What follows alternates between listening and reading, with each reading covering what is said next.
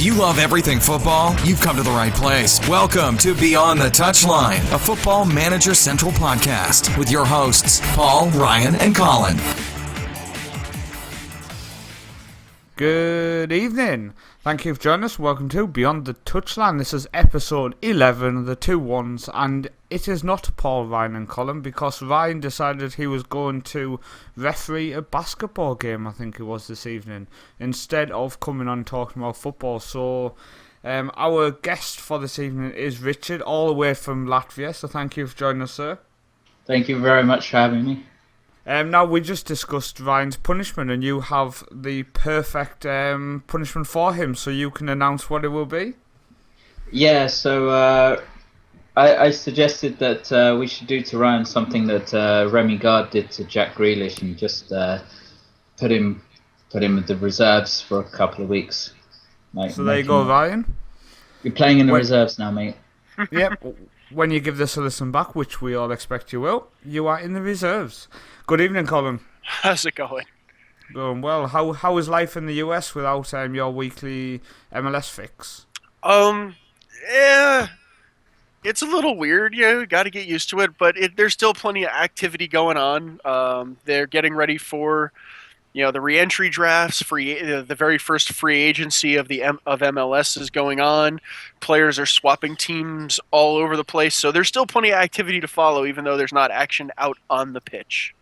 Any big names? Any names coming up who might be moving in the off season? Couple of big ones. So one that's hit a little close to home, but I can't say I didn't see it coming is defender Matt Miazga, who got his first cap for the men's national team, has declined signing a new contract with the Red Bulls. So the Red Bulls have an extension for him for the 2016 season, but apparently he is garnering Premier League interest from the likes of Leicester and Chelsea, amongst others. So he is eyeballing a move to Europe, which I'm excited from a U.S. national team perspective, but sad as a Red Bulls fan that probably our best homegrown product is most likely leaving, if not in this winter transfer in the summer. Some other ones, some guys out of the Seattle Sounders are moving. I think, I don't know for sure if Marco Papa has moved yet.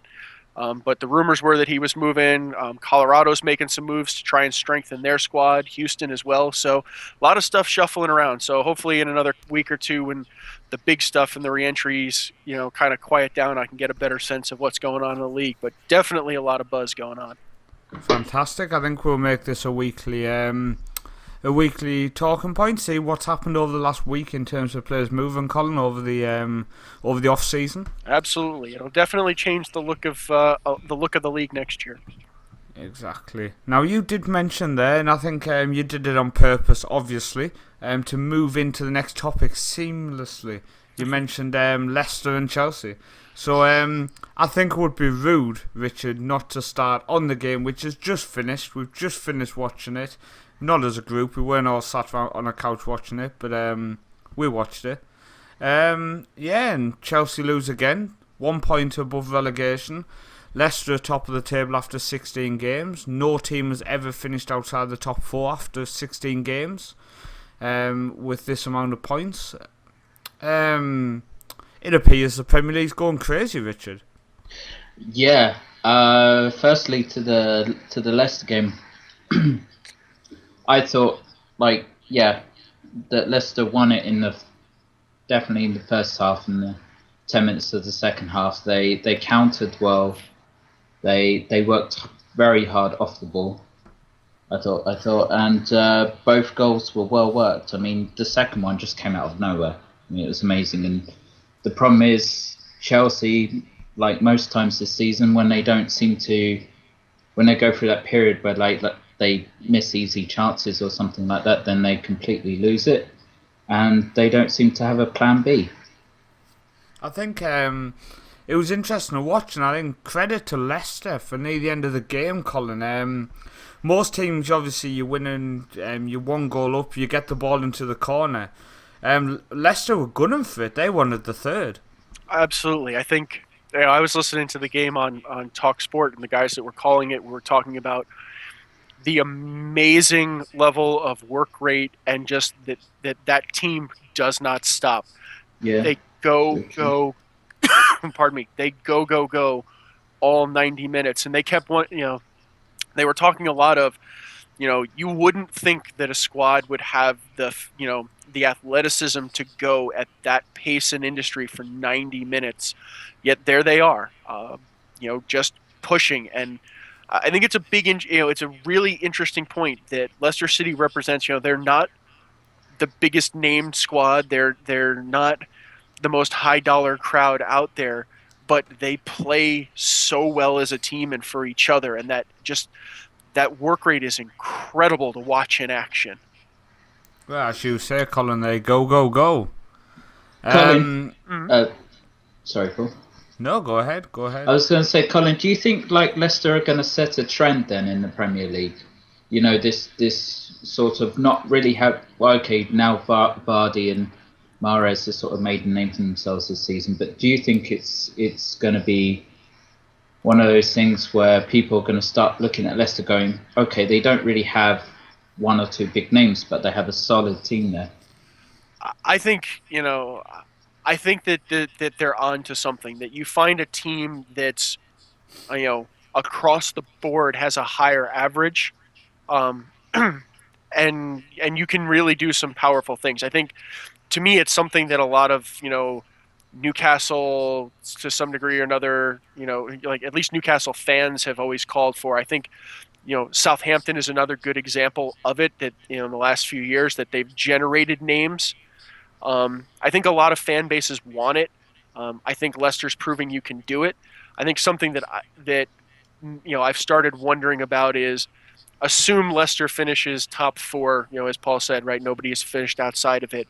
So you now have top 4 money, the new Premier League dollars coming in next year, and potentially, assume they go right to group stage Champions League, so finish top 3, and Champions League money. What do you do as that team? You have a hardworking, sort of, I don't want to call them a low budget, but I mean, in reality, you really have a hardworking, low budget team, and you're going to get a huge windfall of cash. How much does that transform that team, or does it stay the same, and sort of provide the funds to transform that club into a real powerhouse? I don't think I think you put a good point across, but I want to ask you, Colin, is the question who can they sign, or is the question who can they hold on to? I guess the bigger question to me is, there's a lot of, assuming things continue to break the way that they look like they're going to break, there is a lot of money about to come into that club. I guess the question to me is, if I'm sitting on the other side of that, what do you do? Is it are you improving club infrastructure, scouting, recruiting, youth, to really generate to really put in place the mechanism to become a long-term powerhouse? Or do you, as you say, do you have to reinvest a lot of it to maintain that squad? Do you keep the same philosophy, let guys go and keep going with that hard worker, low pay thing? Do they go out and splash big dollars? I think it's probably one of the most interesting question points in a long time in a top flight. I think this actually can lead on to a topic I mentioned before we started, guys, which was clubs signing players for shirt sales, basically. I mean, a prime example to that is Schweinsteiger United. They could have gone for many people, and it doesn't matter that Van Gaal had played with him before. Managed him before.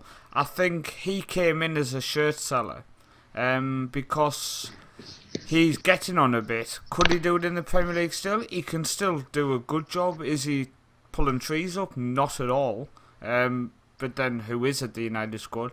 But then you go through and then you've got the likes of Chelsea who've just been destroying strikers. I mean, you go back to Torres, you've got Falcao, who was already on his knees, but now Costa's struggling. Demba Ba was on Pedro. Demba Ba was on fire in Newcastle, went there, got destroyed. Remy was on fire in Newcastle, went there, got destroyed. Just not playing. He comes on, he scores, he's benched again the week after. I don't understand what happens at big clubs. You have players like Demba Ba scored when he played for Chelsea. Loic Remy scoring when he plays for Chelsea, but they keep benching them. They are playing players because them players sell shirts, and it's so frustrating, Colin. Agreed. I think the flip side, though, I think Chelsea's paying the price for it this year. And they may pay a heavy, heavy price if things don't change rapidly for it. And I think that's part of what makes this Leicester situation so interesting is, you know, it's a great hypothetical, but I think they're really about to hit it is, this could be a transformative moment. Do they turn into one of those clubs where you take a huge windfall, throw a couple of big names out there, sell a bunch of shirts and sell a bunch more season tickets to come watch some bigger names and try and make a few more bucks that way? Or, do you turn into almost a Southampton of sorts and put a huge investment into what you do in the recruitment to generate a long line of, young players and sort of maintain that, almost the cult hero players? I think, to me, that's what Jamie Vardy is absolutely. He's not a Douglas Costa, an Aubameyang, a Ronaldo, a Messi. He's not one of these like power household names, but he's an absolute cult hero in that, hardworking, industrious, just goes out and does the job kind of way. It's Sorry, Richard, go on. No, I wasn't going to say anything. Sorry. Oh, brilliant. We're talking about players moving for clubs buying players for basically shirt sales. I'm going to throw a prime example out there, someone who's been linked around in the Norwegian newspaper today, which is Yaya Toure has been offered a massive amount, 240 million kroner, so £24 million approximately, I think it is, after tax, to quit Manchester City for China.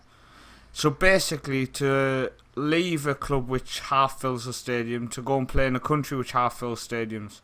I mean, £24 million, I think genuinely, if somebody asked me, would you leave them 24 million after tax to go and play in China? Yes, I would be on the first plane out there. I mean, it's you've got to make the decision, haven't you? Do you want to keep playing football at the highest level, or do you want to go and make you, your children, your grandchildren, and their children financially safe? Well, to be fair, if you're going to play in the Premier League, after a season in the Premier League, you're more than likely going to be financially sound anyway. Oh yeah, I'm just thinking. This makes Premier League players look like they get paid peanuts. Yeah, that's very true though. It's insane amounts of money. It's just I think they're just going for anybody. Wayne Rooney was linked last week. But as a real life example, right? But take Xavi as a real life example, right? I mean, it's effectively what he did going to play in Qatar. Exactly. Yeah, I can't imagine he was hurting for the dollars. Yeah, exactly. Extra pocket money. Yeah, apparently, it helps to have a few more bucks when you're shopping for Ferraris every day. Yeah, I suppose. But talking about Manchester, I want to actually ask you. We're going to move across. We're going to switch from blue to red. I mean, they've fallen apart, Richard. I'd be curious to know what the Latvian press and TV or whatever. I mean, I assume the Premier League's fairly well spoken about over there. I mean, what's the thoughts on United? Are they the same? Van Gaal's killing the club? Well, yeah, I mean, it sort of is reported. I mean, you more find it in sports news portals, but yeah, I would say that they're more or less looking at Van Gaal being the culprit here because of his tactics. That's at least what they're suggesting, that his tactics are not producing results. He's playing a very simple game which is not utilising his strikers well enough, is what they're... didn't even know he was playing tactics. I thought he was just sending them out there. Just go out and have some fun, see what happens. I mean, but then again, we can't knock Van Gaal because apparently he's a tactical genius, you know. Exactly. Well, he's doing something so above our level that none of us can figure out what the hell it is. That's exactly it. That's exactly it. Yeah, but the issue is credit to Bournemouth, though. I mean, credit to Bournemouth, but just in general, his players can't even figure out what he's trying to do. But are you ready for the seamless link coming up here? I mean, he's failing so bad that he's gone out of the Champions League. Now on to the next topic, Colin. The draw for the Champions League. That was seamless. That was amazing. So I have to say, there was a huge part of me before I get into the draw that was so upset at Mönchengladbach. I wanted to see both of those guys down. But sorry, Colin, I've just got to jump in a second.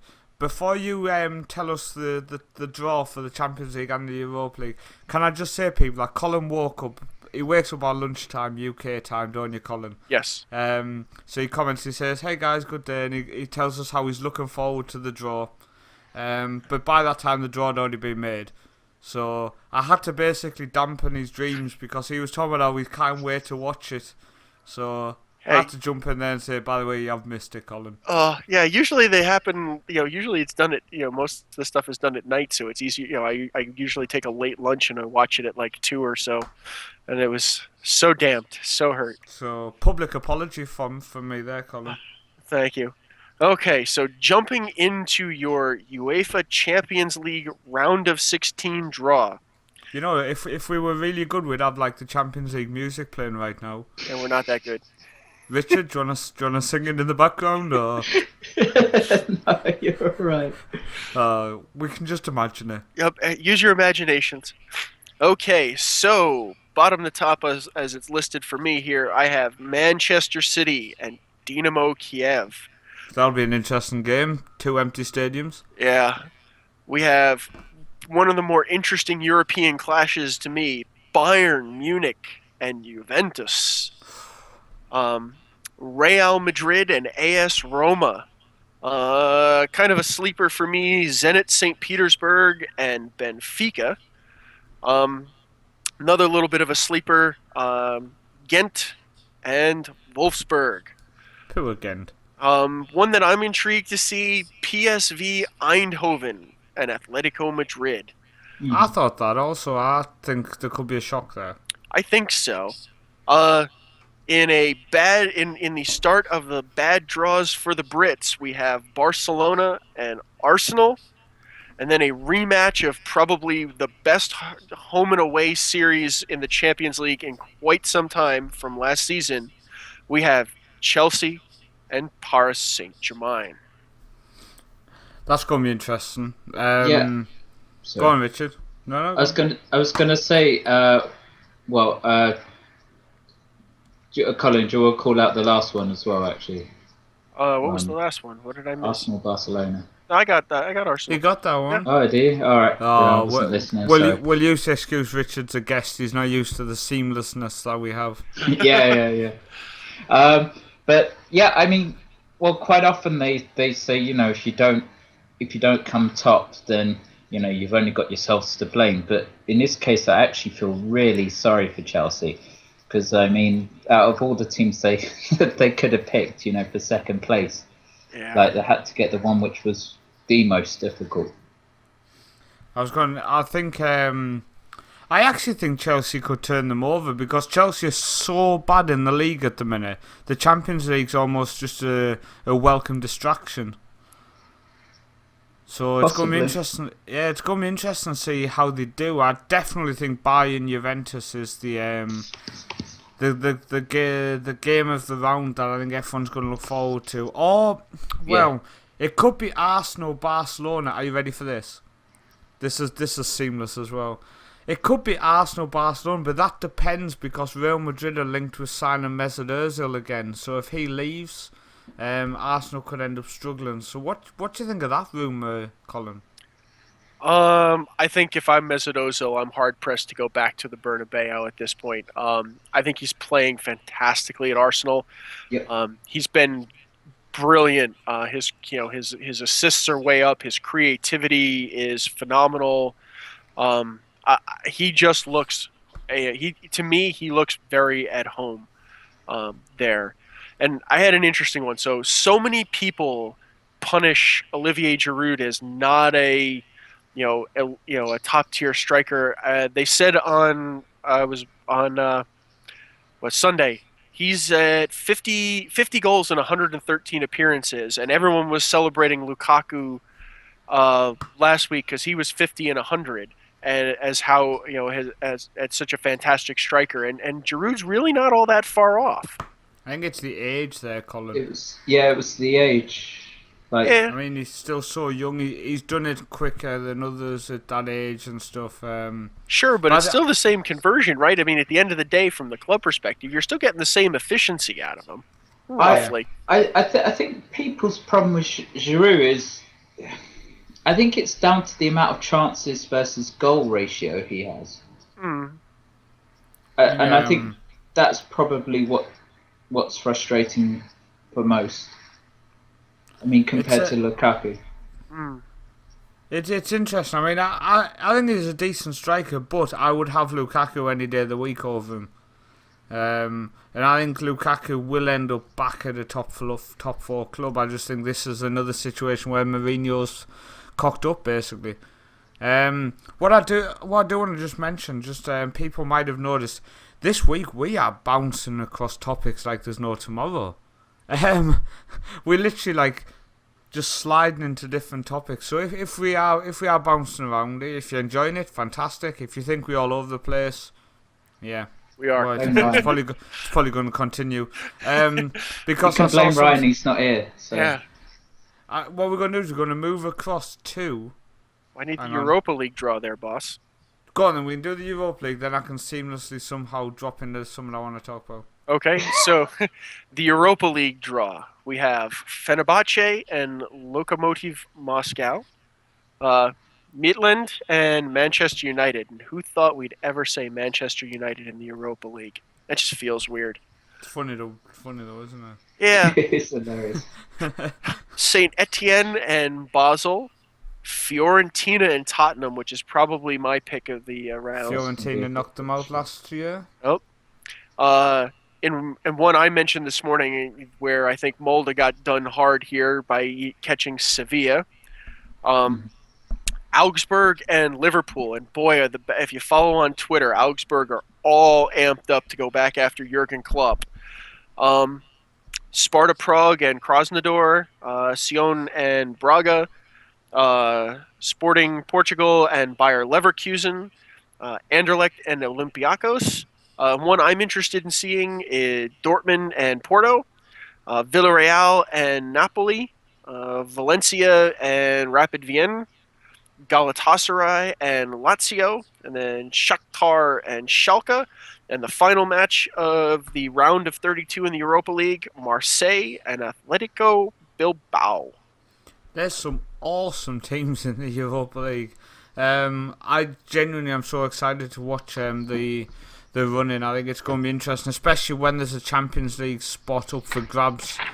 I mean, with how Chelsea are doing in the league, I bet they almost think that they almost wish they finished third so they could go for the Europa League win. Because they are playing poor, which leads me seamlessly into the next topic. Did you guys see that Branislav Ivanovic is hoping to start discussions on a new deal despite his poor form this season? That's the best one so far. Well, A for effort from him. I'll give him that. It's worth the old college try, and if it works, more power to him. But oh my God. And then also going into people who are not playing amazing. I saw the funniest thing today. I was reading the Daily Mail on the interweb, and Mario Balotelli said that he can't wait for Euro 2016, which prompted Antonio Conte to ask sarcastically whether He bought He'd be tickets. playing or watching it on TV. Which made me laugh. I think he's getting a bit too excited thinking he's guaranteed a spot. But yeah, I mean, the draws for the European competitions, it's going to be exciting. I know a lot of people always put the Europa League down, but I'm a big fan of it, Richard. Yeah, I agree, and I think over the past few years it's got more competitive because of the structure and everything. Yeah, I especially around this time I very much get into the Europa League. I think it's just because it's the sort of, I don't know, because there's not the champions in there and everything. People automatically assume it's a lesser cup, which is not the case at all. I would say it arguably is slightly more competitive because you've got a lot of tough teams in there. Yeah, No, sorry. I was going to Sorry, say, I can genuinely see Manchester United going out to Midtjylland as well. Yeah. I think they're a very good football side. Yeah, it's certainly not a dumb result, and United will have to, step up their game, definitely. The Latvian press are really interested, especially in Europa League this year, because Sion, they have the Latvian national team goalkeeper Vanins. You see, I didn't know that. As first choice, so especially when he kept a clean sheet against Liverpool, they were exceptionally excited over here. Oh, I'll bet. I just want to move on to the managerial situations around at the minute. I just want to discuss Swansea, mainly because of how they play football. You would assume they're looking for a manager who suits that style, who can continue the style. And straight away your mind would switch to Brendan Rodgers. He's managed the club in the past. He plays that kind of football. He would fit well. So I think, Colin, what I want to know is, why is AEK Athens manager Gus Poyet linked, and Avram Grant, somebody told me, was one of the front runners? Wow. I mean, Avram Grant's agent honestly must be a genius. I genuinely want him as my agent. He's going to get me a job. So the one I can see is, so Poyet makes sense from the Sunderland Great Escape, right? I think you're looking, my guess is that the brass at Swansea are looking for somebody who's going to keep him up next year, right? With the new TV deal coming next year, the incentive to be in the Premier League is higher than ever, and the penalty to drop out is bigger than ever. So I think the question is, and it's a legit question, is a guy like Brendan Rodgers so damaged from the Liverpool experience that he's not ready to get it together? And do you go to a guy like Poyet, who's been there, who's done it, who knows how to get through this piece, bring him in for the season, and then take your time to figure out what to do for real, next season? I think there's a legit argument to be made for that. I can say that I am firmly of the belief that I think that they screwed up dumping Gary Monk. Sure, the club's hit a dip in form, but I'm not necessarily convinced it was totally him. As a matter of fact, I'm very convinced it wasn't totally him. I think the guy has got a lot of potential. He's done a lot of good things with the club. He's impressed me, so I think they've dropped the ball. Historically, they haven't made a lot of mistakes like that, but there's a first time for everything, and I hope he finds himself somewhere good and can continue on a what I would call a very promising managerial career. Yeah, I agree. I think, as you say, he's a good young manager. I think Swansea have been a little bit hasty in firing him. I certainly don't think Swansea are probably in as much trouble as they think they are. But what would you say? Because I heard Moyes' name being bashed about for the Swansea job. Would you go for Moyes at Swansea? I mean, well, it's the same. I mean, you would almost put them on a par now, not historically, with Everton to an extent. So he could probably do a good job. I mean, he's not a bad manager, is he? He doesn't excite you. You're not off the edge of your seat watching him play. But he's not a bad manager, so I don't see it being a bad move if that's what they decided to do. I can think of worse appointments. I mean, they linked with that that Argentine guy. His name, Bielsa. I think that's how you say it. That's off me reading it about an hour ago. They linked with him, and bringing in a manager who has no Premier League experience, it'll just be stupid. So they definitely need to look close to home. But I'm now going to do what many amateur reporters and presenters do, and I'm going to try to go just one too many with my seamless links. So we're talking about clubs who were trying to sort new things, a new manager and stuff. We're going to move to Wimbledon, who are looking to get a new stadium. See what I mean? That was dreadful, which means I should have stopped earlier while I was ahead. Yeah, that was one too many. Yes, as of 4 days ago, Wimbledon, it has been announced and decided by Merton Borough Council that Wimbledon shall move back into their spiritual home of Plough Lane in London. Way. Yeah. And as a Wimbledon fan, sir, how does that make you feel? I'm ecstatic. I'm truly ecstatic. I think every Wimbledon fan is. I mean, 13 years in the wilderness. You know, we've come from nothing. You know, and for every Wimbledon fan, it's like a dream come true. It really is. It's the full circle.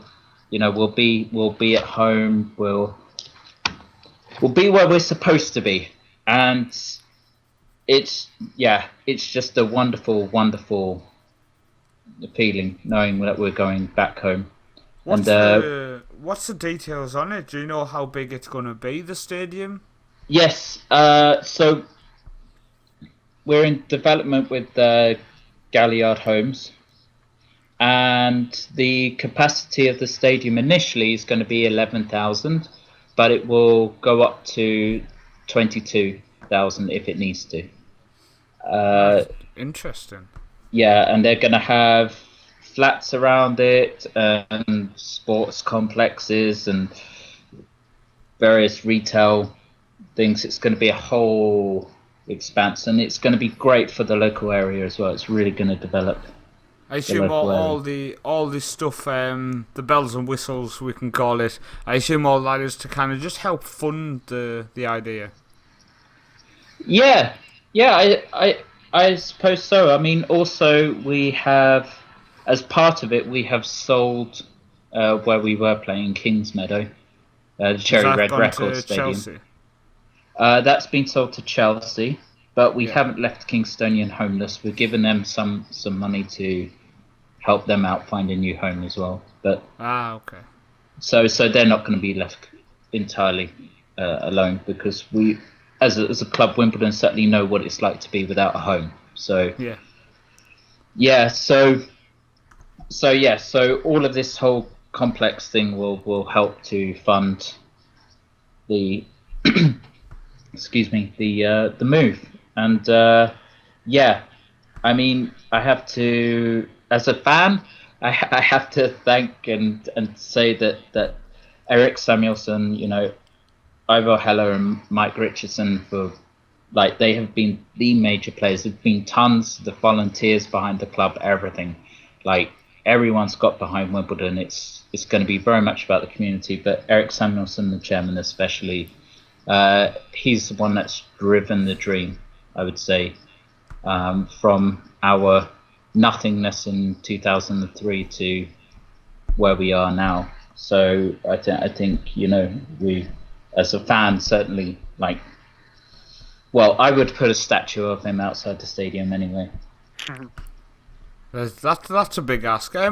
Just something, it always interests me, and some people are interested, and some people think, why is he asking that? I genuinely don't give a shit. Colin, when it comes to stuff like this, Wimbledon go bust, they get bought, whatever the actual term is, but when they get reformed and it's a fan-owned club, same with FC United Manchester, a fan-owned club is maybe more with them because it came after an American takeover. What kind of coverage does that get in the US? Because obviously the US looks at the Premier League as like, and English football as not the holy grail, but like it's obviously well respected. Is English football as a whole talking about, like, did you hear about this stuff happening as it happened? I'm trying to ask, I guess. So I can say the Wimbledon deal I did, but that's just because my Twitter network was a bit abuzz about it, and to me, I think it for the fact that it's a club that's sort of wandered without its home for so long, getting its home back to me is really awesome. Generally speaking, no. Below the Premier League gets very little to no play here.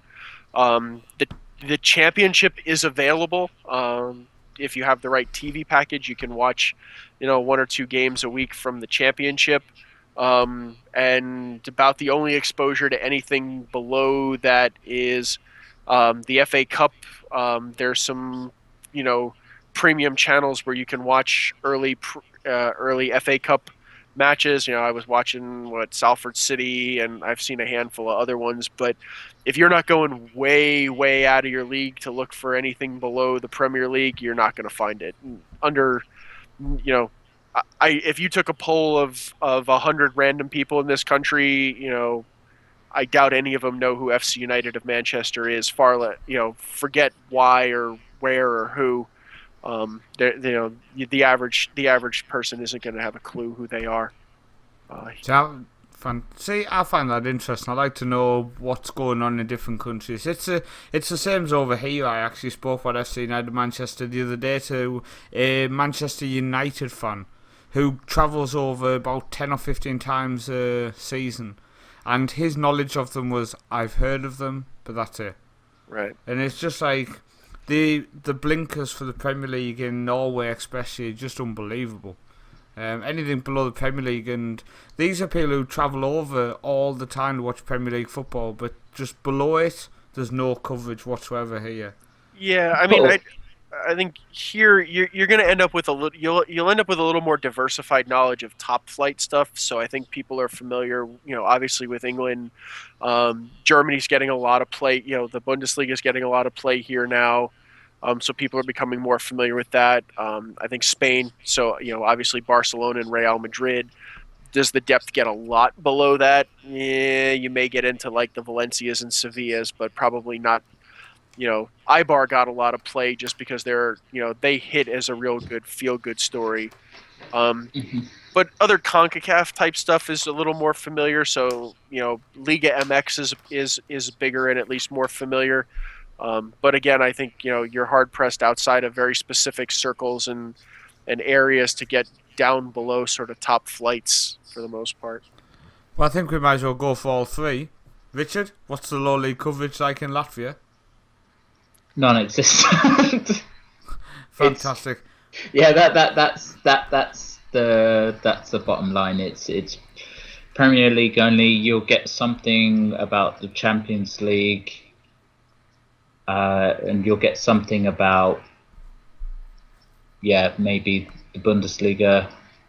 Of course, the Latvian league gets a fair amount of coverage here, obviously, and so does I would say pretty much, actually. Well, I mean, if we talk in general mass media, I mean, there were a few very good, like websites and etc. for football, but I think generally for the mass media, anywhere where there's a Latvian playing is probably going to get a good following. What I'm going to say before I do this is I promise people next week I will not mention seamless transitions ever. But talk about Latvian football, Richard, and the Latvian league. Can we start by just mentioning the women's team for Riga United? Yeah, so I should give a big shout out to the Latvian ladies team. Damn, the Riga United ladies team. We actually had Riga United. We took 2 teams up to Tartu, Estonia, for a 10 tournament, 10 team 6-a-side tournament over the weekend. Both teams did really well. They actually ended up. The first and second team actually ended up playing each other in the quarterfinals, but it was the first team which won out, and they went all the way to the finals, and they sadly lost 2-1 with the final winning goal being scored in the last 70 seconds against a top tier Estonian women's team. So certainly getting runners up for the ladies and their first trophy is a fantastic achievement for the ladies. They've done so well, and they played really well over the weekend. Definitely fair play to them. The men's team is obviously in the end of season winter break, off season at the minute. Any news from inside the club worth talking about at the minute? For the men's team, not so much. I mean, I guess it's just a case right now that they're playing a futsal tournament, which they sort of seem to be doing quite okay in. But right now, off season, not so much for the men's team. The youth teams, certainly the under-17 boys have started looking good in a few tournaments. They started playing in, so that's fantastic news, especially if they're looking to step up next year for the men's team. And actually, under-16 girls also, quite a few of them made their debut in a friendly game for the Riga United senior team a few weeks fantastic. back. Cool. So yeah, certainly for the youth academy, it's looking great. It's looking great. Fantastic. So there you go, people. So Ryan couldn't make it this evening, unfortunately. So what we did was we replaced him with someone from Latvia, where the football season's finished. The other presenter is Colin from the US, where the football season is finished. So, and I'm based in Norway, where the football season is finished. So all 3 of us just decided to talk about the English league where none of us live. So this is literally a show full of foreigners talking about a league we don't even live in the country. So I hope you enjoyed our ramble. Tonight literally was a ramble. If there wasn't already a football podcast called The Football Ramble, that's what this one would be called. So thanks as always, Colin. Oh, no problem. Always glad to be here. And Richard, I hope you enjoy your early morning in Riga, Latvia, seeing as you have joined us very late on an evening over there. So thank you very much. Very welcome, and thank you very much for having me, guys. Appreciate it. Always a pleasure. And I will now play you out with some very well-timed outro, which I'm now just plugging until it starts, and then I will stop talking, hopefully in a second. Thanks for listening to this episode of Beyond the Touchline, a Football Manager Central podcast with your hosts, Paul, Ryan, and Colin. We'll catch you next time.